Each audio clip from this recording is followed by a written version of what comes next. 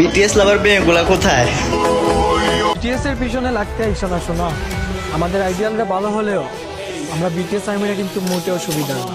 Okay fine, দাদারটা ছিল অনেক বড় আর বাবারটা ছিল একটু খাটো, আর এদের মতো 1 ইঞ্চি টুনটিনিওয়ালা বিটিএস লাভারদের সাউয়া ভরা গল্প। ভাই উনি একদম ঠিক বলেছে, বিটিএস হচ্ছে তৃতীয় লিঙ্গের ওইটা, এবং কি ওনার মতো 1 ইঞ্চি টুনটুনিওয়ালা দুটো ফুটবলের সাথে থাকা স্টাম্প। বিটিএস কি এখন আমার এই কথাগুলো শুনে দয়া করে ভয় পায়েন না, আমি এখন ধর্ম টানবো না, ধর্মের বিষয়ে পরে বলতেছি। আজ থেকে প্রায় কয়েক মাস আগে থেকেই আমি লক্ষ্য করছি আমার ভিডিওর কমেন্ট বক্সে অনেকে বলতেছিল ভাই বিটিএস নিয়ে কিছু বলেন, আর তারপর থেকে আমি লক্ষ্য করলাম বাংলাদেশের কিছু ছেলে মেয়ে দিন দিন বিটিএস এর প্রতি আকৃষ্ট হচ্ছে, আর এদের মধ্যে অধিকাংশ হচ্ছে মেয়ে। কৌতূহল বশত আমি আরো বেশি করে বিটিএস নিয়ে ঘাটাঘাটি শুরু করি, আর তারপরে আমার যেটা মনে হলো বর্তমানে বিটিএস এর জন্য বিএফজিএফ দের ব্রেকআপ হচ্ছে। বিটিএস নিয়ে কিছু বললেই মেয়েরা রেগে আগুন। এতে আমার কৌতূহল আরো বাড়তে লাগলো, আসলে বিটিএস এর প্রতি আকৃষ্ট হওয়ার কারণটা কি এদের সুন্দর চেহারা নাকি অন্য কিছু? বিটিএস দের গানগুলো সামাজিক হলেও বিটিএস দের গানের কিছু স্লো মোশন ভিডিও, এদের অঙ্গভঙ্গি, এদের ড্রেস আপ আপনাকে এদের ফ্যান হতে বাধ্য করে, যা নাকি এক ধরনের ব্রেন ওয়াশ। কিছুদিন আগে দেখলাম আবরারুল হক আসিফ সাহেব বিটিএস এর বিরুদ্ধে কথা বলায় তাকে অনেক মুসলিম ভাই বোনদের থেকে গালমন্দ শুনতে হয়েছে। এবার আপনি একটাবার চিন্তা করুন, বর্তমান জেনারেশনের ছেলে মেয়েদের বিটিএস এরকম ভাবে ব্রেন ওয়াশ করে রেখেছে যে একজন হুজুরও যদি ইসলামিক ভাষায় তাদের প্রতিবাদ করে তাহলে এই সোনার বাংলাদেশে অবৈধভাবে জন্ম নেওয়া কিছু ছেলে মেয়েদের কাছ থেকে গালাগালি শুনতে হয়। পাবজি, ফ্রি ফায়ার, টিকটক নিয়ে মিডিয়া কথা বললেও বিটিএস নিয়ে একদম চুপ। আসেন এখন আমি আপনাদেরকে এর আসল কারণটা বলি। বিটিএস সরাসরি সামাজিক কাজের সাথে সম্পর্কিত থাকলেও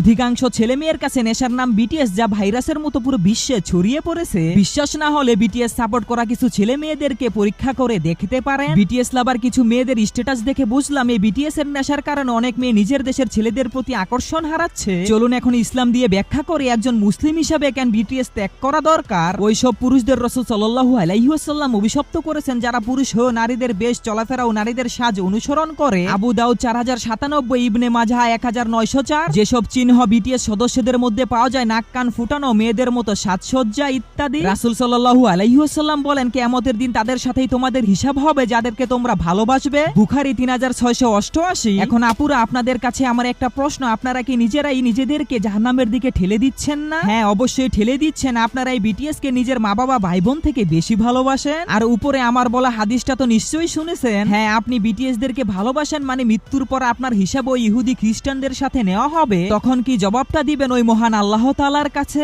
এখন আপনি বলুন, আপনি কি চাইবেন একজন মুসলিম হয়ে হাসরের ময়দানে বিধর্মীদের কাতারে দাঁড়াতে? আপু আপনাদেরকে বলছি কমেন্ট বক্সে গালি দেওয়ার আগে এই প্রশ্নের উত্তরটা দিয়ে গালি দিয়েন।